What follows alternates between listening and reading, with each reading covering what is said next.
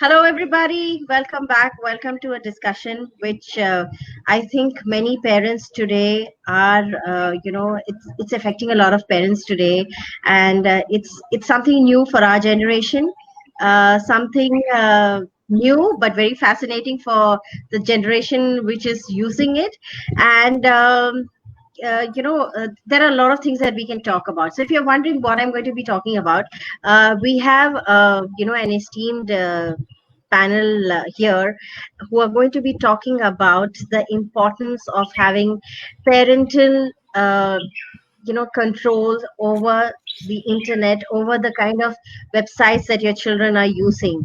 So parental control, when we talk about parental control, it just doesn't mean knowing what your child is viewing, but also being able to set guards or securities or systems in place which will ensure that your child does not access sites which are not age appropriate. So this is me, Vandana Joshil from Team Laja, welcoming all of you to this discussion. And let me introduce this August panel, sitting in front of us. We have Dr. Pooja Bhargava. Sorry, Dr. Pooja Bhargava, who's a PhD in child development. She's an educational consultant and trainer working in the field of education and human development since the last 15 years. So that's quite a lot of experience. Currently, she's working as a psychometric assessment manager at VR Ideas Consulting and World Ready Education. She has worked as a visiting faculty at the School of Education at the Tata Institute of Social Sciences, Mumbai, India. And Tata Institute, I emphasize over here, we all know is a very serious and very trusted institute. People coming out of there are, the best of the best from the lot. She has undertaken several training and consultation programs with schools and nurseries internationally and nationally and internationally to captivate individuals in different settings. So welcome, Dr. Pooja. Welcome to this discussion. The next we have Tina Jain. She's part of Laja and she is leading the operations of Laja Pan India. Professionally, she's an IB and CAIE trained lecturer for business studies and economics. She loves mentoring her students with life skills. Multitasking and communication are her natural strengths. She's a mother of two daughters who both excel in sports, and Tina feels that sports is the key to discipline in life. So Tina will be sharing her inputs as an educator in the field who is, using online medium to educate our children. Welcome, Tina. Welcome to this discussion. We then have Neha Chedda, who's the director and lead assessor at Adhyan Quality Education Services. Neha's illustrious career of 26 years has seen her move from quality research and settling in education to hold the designation of principal and director at Shishu One School, Mumbai. Of course, now she is with Adhyan. At Shishuvan, she was there for 16 years and she was responsible for an array of tasks from administrating to staff and curriculum development. And now she's with Adhyan and she will tell us a little bit more of Adhyan towards the end of the discussion. So without wasting any further time, welcome all of you. Welcome to this, amazing discussion. And I hope that at the end of this 30 to 45 minutes of discussion, I hope parents are a little bit more aware, are a little bit more, in know of what they should be doing. And of course, we will be talking about the workshop that Adhyan and Laja, are collaborating for. So yes, let us jump into the questions. Tina, I want to know from you. We are using as educators and we're using the online medium of education now. Children are we are talking about limited screen time and all of that, but despite that, children are on the net for a certain period of time in the morning for their classes and then later on for their research and things like that. So as an educator, have you oriented the parents about how to use the online medium? Thank you, Vandana. Yes, it's a lovely question. As far as orienting parents is concerned, yes, the school has taken up this initiative. So we as educators have not individually oriented parents, but yes, the school definitely has had their share of meetings wherein they've told the parents about the screen time that they're going to be using, about work that they would be doing online. So school has taken every step and informed them But yes, apart from them, we all know that students today are extremely tech savvy and very well versed, even more than their parents, and they really know how to get their way out. So here, the main important role of the parent is to bridge that fine line wherein a student could be attracted outside the education field or the norms of requirement for education. And that is where I think parental control or parental support would step in. I would call it parental support more, because it's more of guiding the student. It's more of making the student aware, or making the little child aware of what stands where. And yes, definitely I would say leave it to the child to make a choice, because I guess when you give them the power of making a decision, they would definitely want to make a correct decision. So this is where educators stand, and where parents would be playing a role in terms of knowing what their children are doing on the net. Interesting.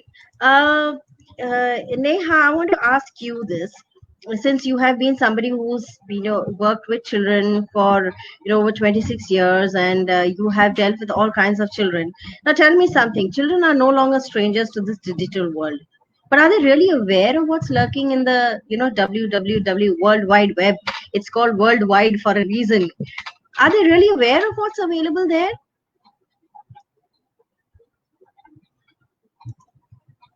Wait, you're mute. You're mute. Yes. Sorry. Yes. Very interesting question again. And that's a very deep one as well. Because, yes, are the children aware of it? I think they're all aware of the entire space. But when you have to dive deeper in terms of what are the perils and, what are the advantages, how, your digital footprints, as we call it, in terms of what do you do, how much do you do, that is something that I would say is the caregivers, the caretakers, and the educators. So the schools is something that one would look up to be able to guide the children, in terms of whatever you are accessing. And this frankly should become a part of the curriculum also, in terms of when the children are getting online, what to do, what not to do. So of course, in the recent times with the pandemic, we have had no choice, and everybody's gone online. They've gone online very fast, right? So everybody's gone onto the online space very fast, and I'm not sure if that there has been enough time spent in terms of understanding what we are doing and how we are doing and what are the perils of the World Wide Web. So while there are some progressive minds that have been at work in terms of getting the children to understand what it is, but I think there's a lot of work that remains to be done there as well. So a lot about cyber safety, cyberbullying, about being aware of where you're leaving your footprints. I think there's a lot to be done there. Very true. And it's interesting that you said that it should be made a part of the curriculum, because I think this is something. See, the COVID situation and the lockdown and this online learning came as a surprise to all of us. None of us were ready. I don't think even educational institutes ever thought that there would come a time when they would have to conduct lessons online. So yes, this is something new that has been thrown at us. And as a mother of two daughters who use the net, my younger one is only 6 years old, and I know that she uses the internet. Just this afternoon I asked her to study for her assessments which are happening, and I immediately expected her to take out her book, but there she's taking out her tab and doing the worksheets online. And for a second I was, should I stop her? But then I thought maybe she's one step ahead of me, she's doing it so comfortably, so maybe I should just let her be. But yes, somewhere at the back of my mind there is that fear that who knows what, if she knows how to use this, I don't know what else she knows how to use on the net. So Dr. Pooja, as somebody who's doing psychometric assessments and having worked with so many children, um, how do how will parents be able to figure out how much screen time the child is having. Yes, you can see them on screen, yes, you can see them, but when they are not around, when the parents are not around, how do you actually track all of that? And how do you figure out how it's affecting the child? Thank you, Vandana. Yeah, I would like to continue where you left your thoughts and your doubts. So, as you said, as a mother, for a second you were taken aback and a little bit apprehensive that if she can do this online, who knows what all she can do, right? So, number Absolutely. one, what I would like to say here is never, as a parent, we need to leave that doubt and discount it. Uh, Things have changed. So, to add to what Neha was saying, children definitely know a lot. And in our research now, children who are born after 90s or 2000s, they are called digital natives. They belong to this place. We all are immigrants. So there is no question of that they do know a lot. They do know a lot, and they will learn faster than an immigrant which is our generation.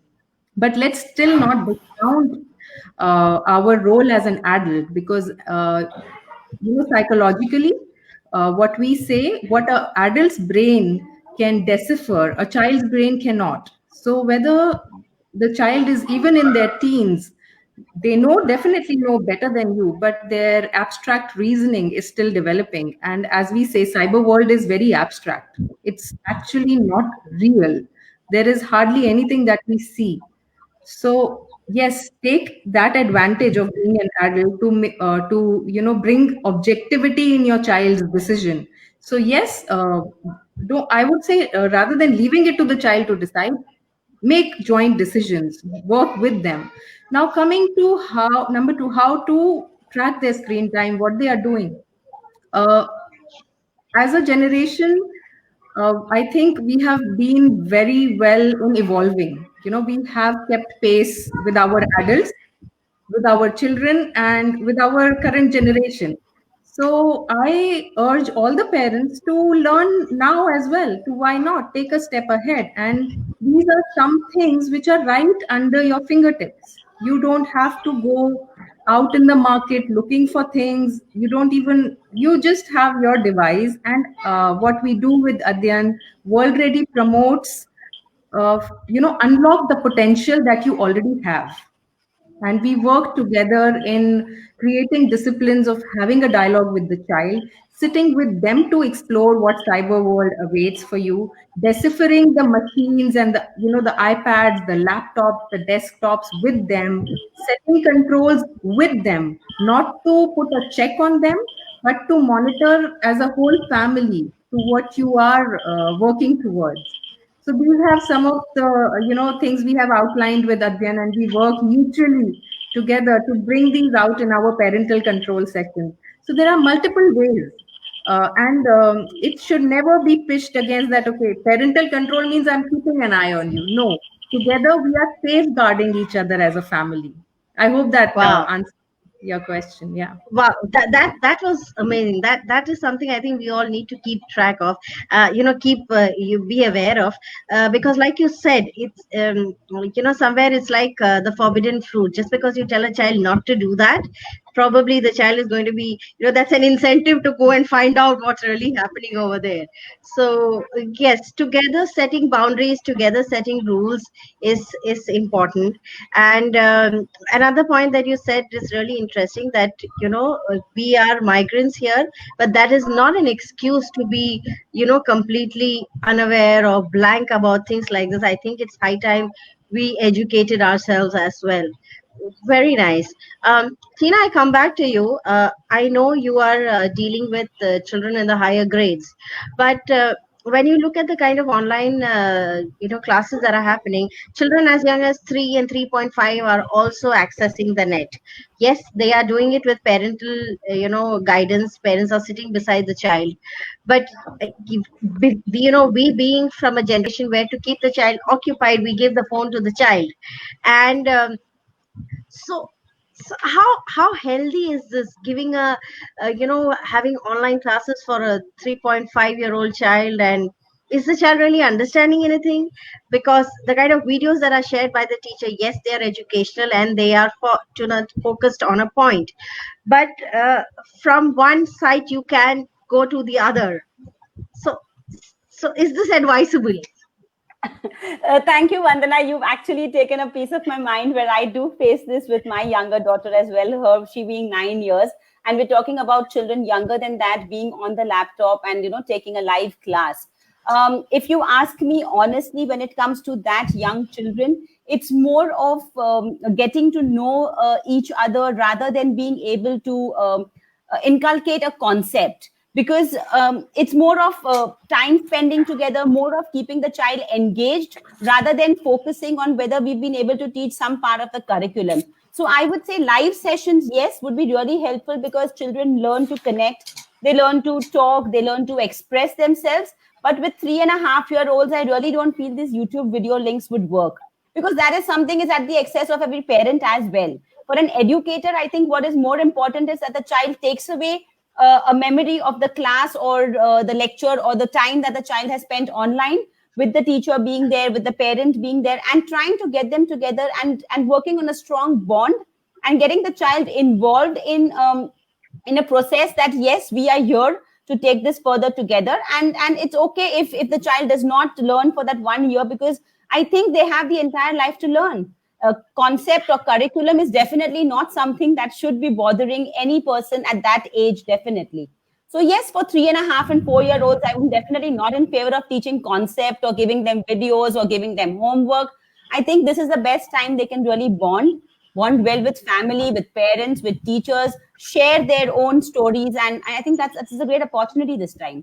So I would stay away from curriculum content for those little toddlers who are there with this new thing up here. So this is my take on it. Again, an interesting observation over here. You spoke about how it should be used as a means to connect. Now I'll tell you an example. My daughter, who's 9 years old, uses they started using Google Meets in school as part of initially when they started their classes.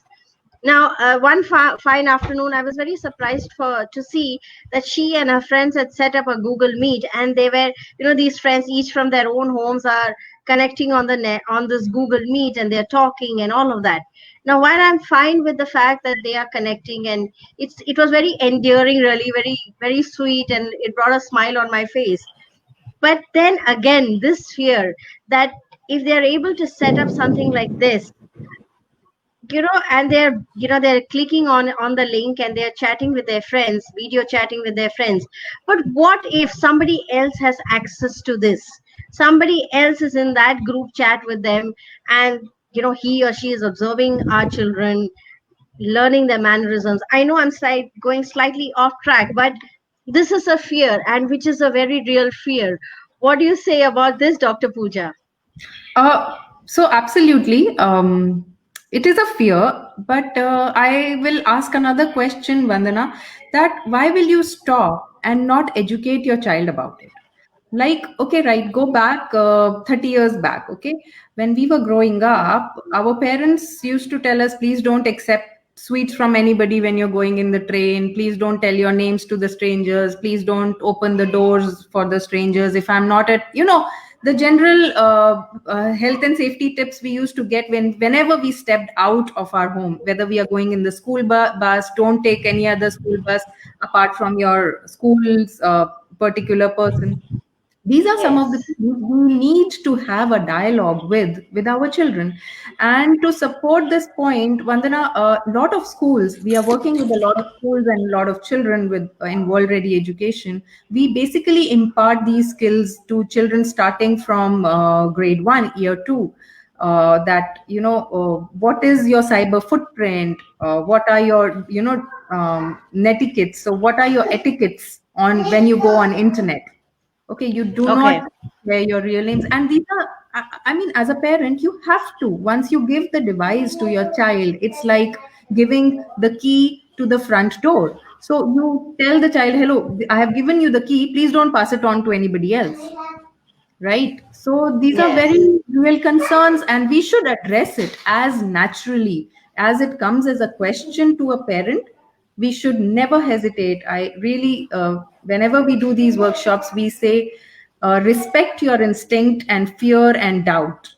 No matter how much more your children know, you still have an upper hand. Neha, please add to me if you feel like. Yeah, and very often, like say we go outside, right? We go outside town, outside a familiar place. Uh, do you allow your child to wander in the dark somewhere in an unfamiliar space?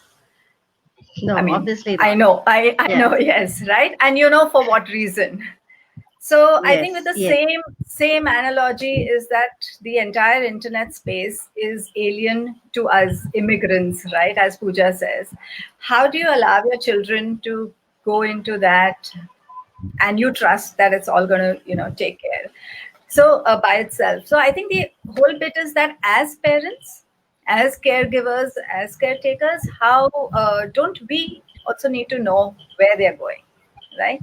So we also want to know. So even if it's a new place, don't we first guide them, make them familiar, what's happening, what's not, what are the safety measures that they need. I think it's the same thing here. Why would it be different from anything? Yeah. And so the ball is in the parents' court, frankly, at this point in time, But that yes. we need to equip ourselves and we would need to learn. Agree. And also the technology is shaping up pretty well. Like it is not like before that you have to understand the ABC. You have to first study computers to understand a language of it. Now it has become very, very practical and easy to get.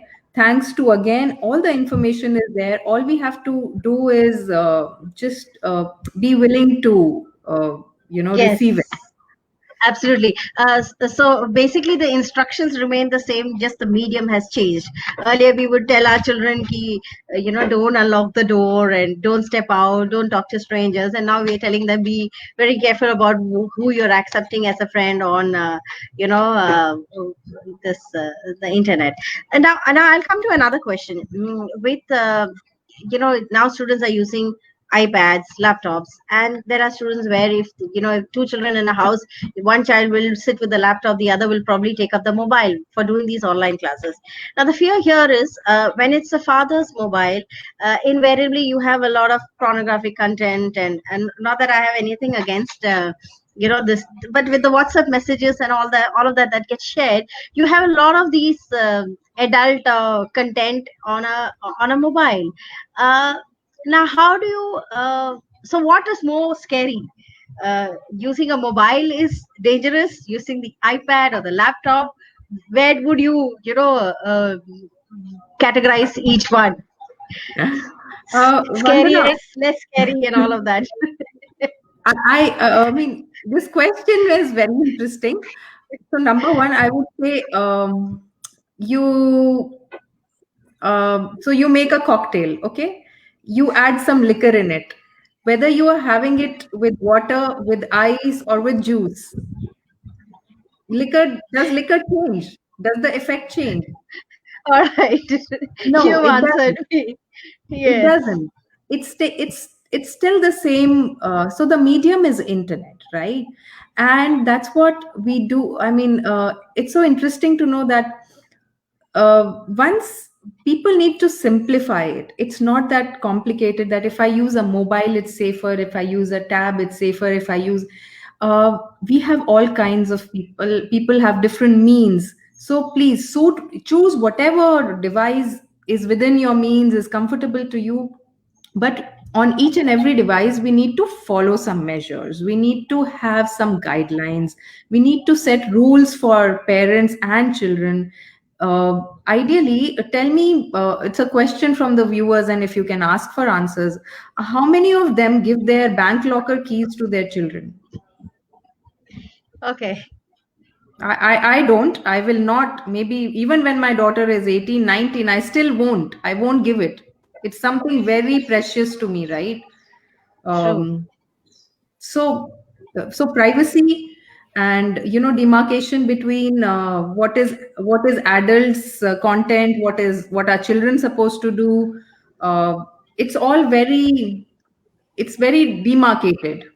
how, from whatever background we come, these lines are set, and we are not supposed to mix them. And same thing, to make it simple for people, is to understand same, this is the same way cyber life works, this is the same way issues in internet works. So I will not make it complicated. Use any medium. You still need to follow basic guidelines to make sure you are safe, your child is safe, and you as a family have an open communication to talk about things. Very true. Now let's talk about these workshops that Adyan has been, that Jan and Adyan have collaborated to do. Now, the first question that came to my mind when I, read about this is, how easy is it for a parent to understand? Now, when I'm saying parent to understand, now laptops, mobiles, iPads, you find it when across strata, people who are uneducated, people from the villages also have mobiles. Online learning is also happening there. Now if you have to tell a parent from a village, who's probably a mother, because she is the one who at the end of the day is responsible for the child's education, we're still in that day and age. So if the mother who's uneducated has to be told that this is how you set in parental control, how easy or how difficult is this? So the workshop that we are talking about, how easy is it for a parent to understand? For in terms of the workshop, yes, you need to come up with certain level of, you have to have some comfort with the operating system of whatever you are using, because we do live settings of parental controls on different browsers uh, and the machines and your phones and your tabs. So we do that on the go. We make sure that parents leave the session with some kind of thing installed on the child's computer, so they have already, what we urge them is to take that step. I have been parents emailing me, which is very encouraging, to say that, oh, Dr. Pooja, this is not enough, we need more. And I say, you have taken the first step, please go forward, explore, and share the learnings with us. So that's how open how our workshops have been. And now, coming back to your question of how can a mother who's not educated, how enabled she is, I would say she's extremely enabled. Maybe she will need help to self set the so-called parental controls on the device that the child is using, but she still has the authority of being the mother. She still choose to change the password of her phone. She can today say, this is it, your school is over, this is not required, it's put away. And how things have worked, I have come from a small town. How things have worked in there when we were growing up is that once the parent has said the word, that's it. So they are very good in establishing boundaries, better than us city parents, where we like, okay, if you feel like it, okay, 10 minutes more, 15 minutes more. A mother coming from a village or a small town is so enabled. Once she says no, it means no. Then there is no negotiation. And I feel that's a very good form of parental control in itself. Absolutely. Absolutely. Wow, so we go back to our basics, and yes, that kind of a parental control works, because I know I just have to look at my kid with my, I have to, my eyes are small, but I need to make it really big, and my child knows that, okay, mama means business, and you have to, sit quiet. So Neha, tell us a little bit more about these workshops, how it is going to be done. We have shared the links on our pages. Tina has been promoting it, and a lot of members have shown interest. I hope they sign up too. But if you could briefly tell us what all what all anybody who's registering can look forward to in the workshop. So you're mute. You're mute. I had to do that because there was a lot of thundering that was No, for those happening here. of everybody who's watching us, and if you're wondering why Neha's background is shining on and off, that's because she's in wonderful, cool Lonavala, and she's sitting in the balcony. It's going to rain or something. It's beautiful out there, and I'm completely envious of you. So go on, tell us about it. Yeah. So I think basically the workshop is aimed at a couple of things. We call it the Parental Controls Cyber Safety, workshop, and the Parental Controls is going to enable and empower the parents to, make a headway into this entire digital world. So to understand in steps, what does it mean? What do you look out for? How do you how do you have conversations with your children? So as Pooja said, that you need to set boundaries, but those boundaries can't come from a parent saying abhi aapko ye करना है या अभी मैंने ऐसे कर दिया तो अभी खत्म बात. I think those things never work, right? You have to, and you don't want to do this yes or no. It's the, that the children will be more gravitated towards doing it. So our whole endeavor in the session is to empower the parents to be able to, have these conversations with their children in a way that they come from a space of, yes, I understand this place. I want to understand, because our children really get it, and there is already a generation gap, okay, between the children and us and the parents, because they think the parents know nothing, right? Because when there's a slight trouble in a mobile, what do we do? Who do we ask? Yes. Yeah. So I think it's as simple as that. So for the parents to be able to have this conversation with their children, they will go through the process hands-on their own devices, and so that they come, and I mean they're operating from this whole stance of, yes, I understand this situation, I understand what it is, this is why I'm concerned about what we needs to be done, and let's do it together. And that's the conversation that they would be able to have in their family with their children after having attended this session. So it's completely hands-on. They would need to sit with their device. We do talk about, which operating system, and that's how it goes on. So it's actually really a bespoke, session, because we don't take more parents. Like it's almost, I would say, very personalized. Yes, absolutely. I understand that you're not taking more than 12 per session, 12 to 15 per session. So that's amazing. Tina, as a parent of, how, what do you think? Why was Laja drawn to partnering for such a workshop? Thank you, Vandana. I was waiting for this. I knew this would come up because, yes, Laja has partnered for a cause. So at Laja, we definitely work for development of women. And when it comes to women, we have mothers, we have sisters, we have wives, and people in different roles who associate with us. With Adyan coming in, we know that we have a group of people or a group of mothers there waiting to get certain help from us in terms of knowing what all this online medium is going to be, how harmful is it or how beneficial is it, because there is a very fine line between both of this.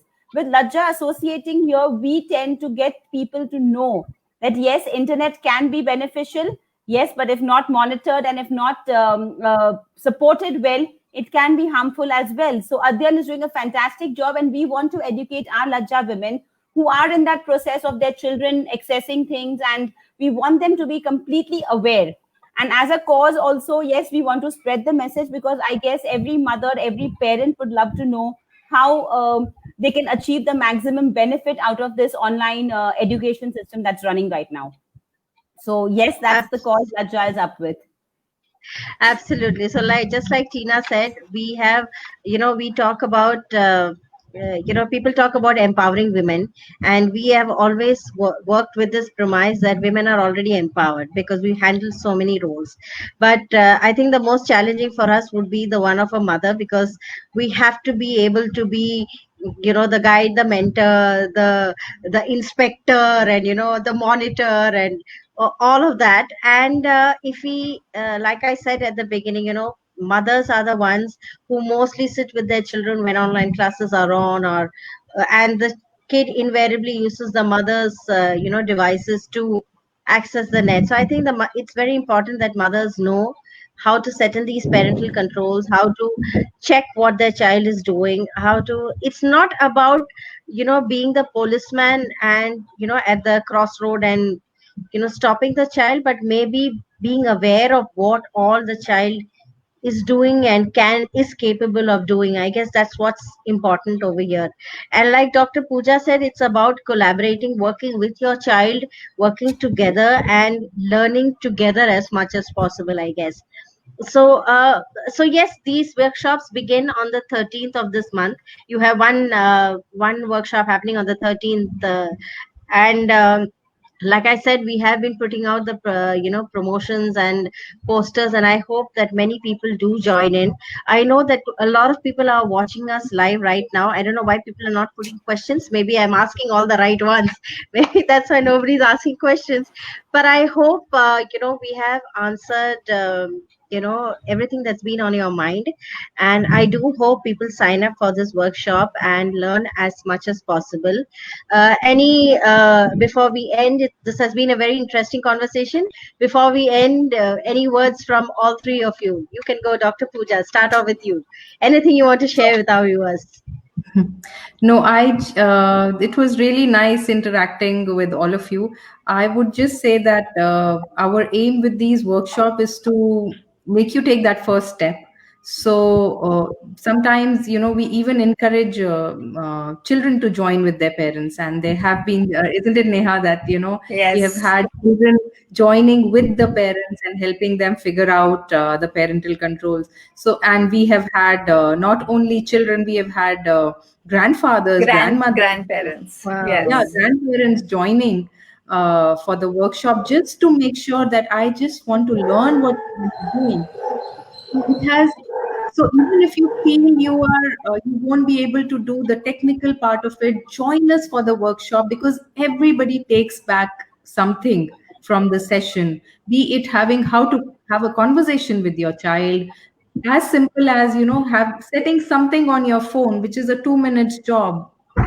You go back with something. That is our assurance that you will not go back without learning anything. And in the process, we as a team have also learned a lot. So thank you once again for having me over. It has really been a good discussion. Thank you. Great, great. Thank you so much. Neha? Yes, I have only one thing to say, that the pandemic has taught all of us to pull up our sleeves and learn. Yeah. So Absolutely. whether it's teachers who are running, classes and learning 24/7, whether it's, of people who are working from home, I think it's just taught everyone. So this is the time for all of us to learn. And I think that's the silver lining that I would call in this entire chaos, which is saying that, listen, we all need to be abreast with what's happening, because we just don't know what's going to happen next. So I would Absolutely. say that. And at the end, we've launched the collaborative learning studio, under which we run all of these workshops. And that's a hub for parents, basically.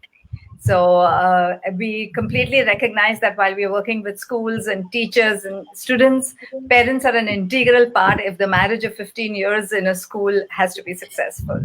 So that's all from me. Thank you very much, Vandana and the Laja team. Pleasure. Tina, parting words? My message is in sync with Laja. Take that one step to learn, the one step to support your family, the one step to trust your children. It's all outside that zone, that comfort zone of yours. And if you take that one step, trust me, success is always going to be yours. So for me, it's to all my Laja women and to everyone out there, guys, take that first step, join the Adhyan workshop. And yes, as Dr. Pooja said, everybody will take back something, and they're there for there. So I would just say, go ahead and take that first step there. Thank you. Thank you very much, Amazing. Vandana. Thank Thank you, you. Dr. Thank Pooja. And Thank thank you, you. Neha. Thank you to all of Thank you. you. And with that, I end this broadcast. I hope people who want to join in for this workshop, you can visit our website. You can visit our Facebook pages, and you will find the link to register. So please do. And Neha, enjoy the Lonavala weather. Dr. Pooja, enjoy. I can hear your dog in the background, I think. So I guess he's calling you. And Tina, have a good night. Thank you all. You too. Bye bye Thank you and so take much. care. Thank you. Bye See bye. you. Bye-bye. Bye Thank you. bye.